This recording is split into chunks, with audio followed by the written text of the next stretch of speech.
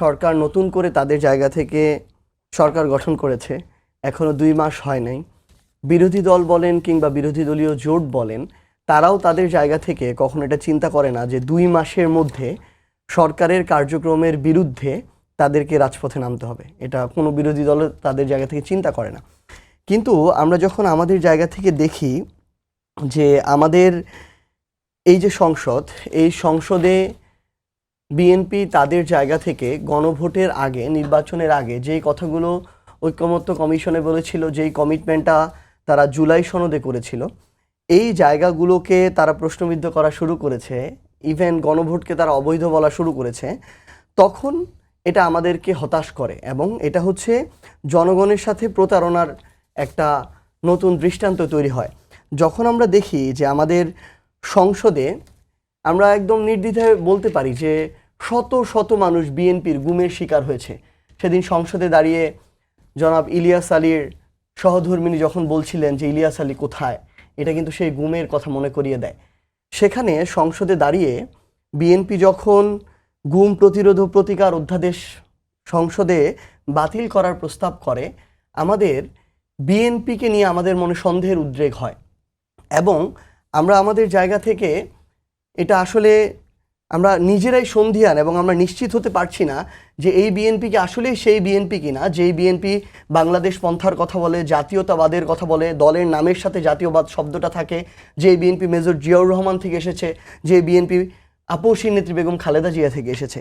আমরা দেখি যে জাতীয় মানবাধিকার কমিশন অধ্যাদেশ বাতিল করার প্রস্তাব করে বিএনপি। মানে মানবাধিকার নিশ্চিত করাটা এটা তো শুধু বিএনপি নয়, সবার জন্য গুরুত্বপূর্ণ, জনগণের জন্য গুরুত্বপূর্ণ। বিএনপি কি তাদের জায়গা থেকে মনে করছে যে তারা এবার সরকারি দল, তারা আজীবন সরকারি দল থাকবে? তাহলে তাদের এই জন্য এগুলো নিয়ে আর চিন্তা করার প্রয়োজন নেই। তারা তো সরকারি দলে থাকবে, ক্ষমতায় থাকবে, সো তাদের ক্ষমতাকে কোনোভাবে সংকুচিত করা যাবে না।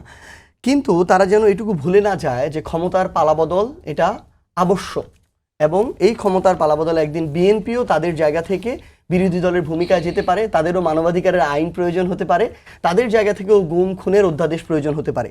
এবং সর্বশেষ আরও গুরুত্বপূর্ণ 3টা বিষয়, যেটা বাংলাদেশের প্রতিষ্ঠানগুলোর স্বাধীনতা, প্রতিষ্ঠানগুলোর স্বকীয়তা বজায় রাখার জন্য অত্যন্ত গুরুত্বপূর্ণ ছিল। স্পেশালি নির্বাহী বিভাগ থেকে বিচার বিভাগকে আলাদা করার যে প্রচেষ্টাটা নেওয়া হয়েছিল এবং অন্তর্বর্তীকালীন সরকারের সময়ে এটাতে সবাই বাহবা জানিয়েছে। ইভেন তখন ঐকমত্য কমিশনে জনাব সালাউদ্দিন আহমেদও জানিয়েছে, তিনি তার জায়গা থেকে যখন এগুলোতে একমত হয়ে জুলাই সনদে স্বাক্ষর করলো বিএনপি, আমরা দেখলাম এই সংসদে এসে জাতীয় সংসদ সচিবালয় অন্তর্বর্তীকালীন বিশেষ বিধান যে অধ্যাদেশ সেটাকে রহিত করার সুপারিশ করেছে। সুপ্রিম কোর্টের বিচারক নিয়োগ অধ্যাদেশ রহিত করার সুপারিশ করেছে। সুপ্রিম কোর্ট সচিবালয় সংশোধন আদেশ 2025 এবং 26 রহিত করার সুপারিশ করেছে। 4টি বিষয় অধ্যাদেশ রহিত করার প্রস্তাব দিয়েছে। এরকম না, আরো বেশি। তো এরকম তারা তাদের জায়গা থেকে যতগুলো করেছে, এই প্রত্যেকটার কারণে এর পূর্বে কিন্তু তারা সাফারার ছিল।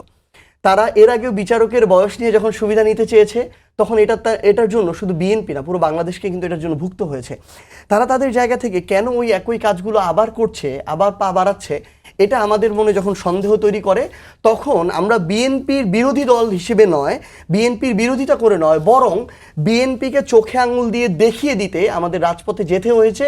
এবং মাত্র 1.5 মাসের হানিমুন পিরিয়ডে যখন বিএনপি আছে, এই সময়ের মধ্যে তারা তাদের কথা এবং কাজের মধ্য দিয়ে আমাদেরকে রাজপথে যেতে বাধ্য করলো।